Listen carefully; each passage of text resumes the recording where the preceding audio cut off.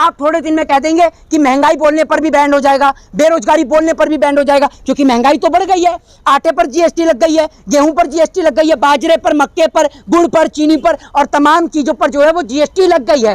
आज से वित्त मंत्री हो चाहे कोई भी हो, इन लोगों के लिए तो महंगाई है ही नहीं। वित्त मंत्री तो खुद बड़ी बड़ी लग्जरी कारों से चढ़ती हैं, उनको काय बात की महंगाई। वो कौन सा सरसों की तेल की बोतल लेने जा रही है या आटा खरीदने जा रही है। देश के अंदर हिंदू और मुसलमान सिर्फ गरीब आदमी के लिए है, अमीर आदमी के लिए कोई हिंदू मुसलमान नहीं है। अगर अमीर आदमी के लिए हिंदू और मुसलमान होता तो यूसुफ भाई की गाड़ी में लुलु मॉल के अंदर योगी आदित्यनाथ जी नहीं पहुंचते। सफाई कर्मचारी जब चुनाव आते हैं तो भाई सफाई कर्मचारियों के पैर धोए जाते हैं, वही दलितों के घर में बैठकर भोजन खाया जाता है और अब उन सफाई कर्मचारियों को भगाया जा रहा है। मोहित शर्मा, एक नई डिक्शनरी लॉन्च हुई है जिसमें कई ऐसे शब्द हैं जिन पे बैन लगाया गया है। जी मैं आपको बता दूं, इस देश के अंदर और आपने संसद के अंदर भी देखा होगा कुछ शब्दों को बैन किया गया है जिसमें जुमला जीवी है, ठीक है ना, जिसके अंदर जुमला जीवी है और बहुत सारे। आप मुझे बताइए जुमला जीवी शब्द आया कहाँ से?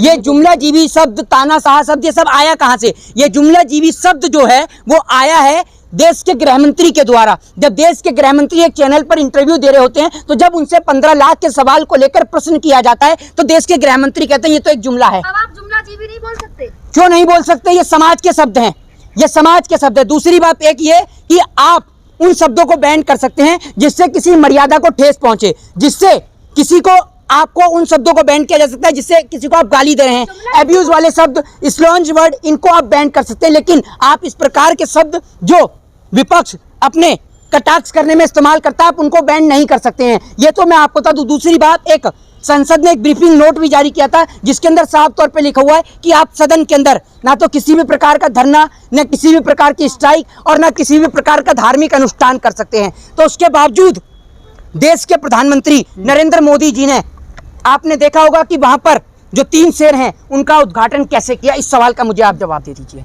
उन्होंने तो संसद की गरिमा का उल्लंघन किया है। दूसरी बात ये कि उन्होंने जब जो 3 शेर हैं उनको लिया गया सारनाथ से, ठीक है ना, और वो जो शेर हैं वो शांति का प्रतीक है। जब आप पहले वाले शेरों को देखेंगे तो शांतिपूर्ण शेर लगते हैं, शांति का प्रतीक लगते हैं, लेकिन अब वाले जो शेर हैं वो आपको खूंखार लगते हैं और लोग लिखते हैं कि ये मोदी जी की तरह खूंखार हैं। तो मैं आपको बता दूं कि बहुत सारे शब्द हैं। अब आप थोड़े दिन में कह देंगे कि महंगाई बोलने पर भी बैंड हो जाएगा, बेरोजगारी बोलने पर भी बैंड हो जाएगा, क्योंकि महंगाई तो बढ़ गई है। आटे पर जीएसटी लग गई है, गेहूं पर जीएसटी लग गई है, बाजरे पर, मक्के पर, गुड़ पर, चीनी पर और तमाम चीजों पर जो है वो जीएसटी लग गई है आज से।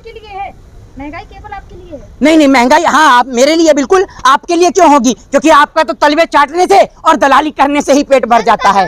जनता कह रही है महंगाई नहीं है। अच्छा, कौन सी जनता कह रही है महंगाई नहीं है? जो भक्त हैं? जो भक्त। खाली एक मिनट आप मुझे ये बता दीजिए, भक्तों के अलावा कोई नहीं रहता किस देश के अंदर? वित्त मंत्री ने खुद कहा महंगाई नहीं है। वित्त मंत्री भक्त हैं? एक बात आप मुझे बताइए, वित्त मंत्री के अपने प्रधानमंत्री की खुद बुराई करेंगी, वित्त मंत्री अपने गृह मंत्री की खुद बुराई करेंगी? वित्त मंत्री हो चाहे कोई भी हो, इन लोगों के लिए तो महंगाई है ही नहीं। वित्त मंत्री तो खुद बड़ी बड़ी लग्जरी कारों से चढ़ती हैं, उनको काय बात की महंगाई। वो कौन सा सरसों की तेल की बोतल लेने जा रही है या आटा खरीदने जा रही है? पहले महंगाई होती थी, जनता सड़कों पर उतरती, अब जनता नजर नहीं आ रही। अरे अब जनता को आप उतरने देते हैं?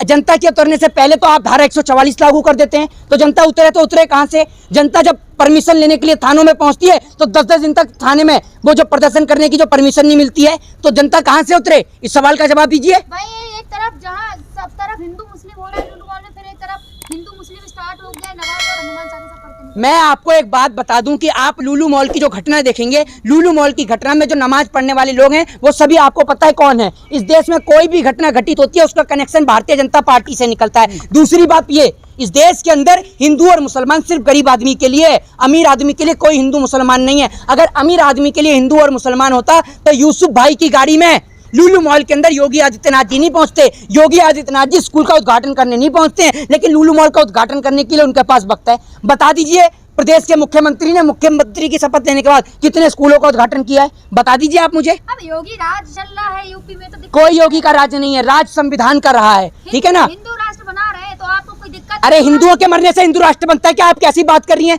सरकार कितनी गुलामी करना बंद करिए। इतनी गुलामी तो अंग्रेजों की नहीं करी, इतनी तो जो आरएसएस वाले जितनी गुलामी आप सरकार की कर रही हैं। नहीं, आपको हिंदू राष्ट्र बनने से कोई दिक्कत है? मुझे तो कोई दिक्कत नहीं। कहाँ कैसे बनेगा हिंदू राष्ट्र? हिंदुओं को मरवा कर?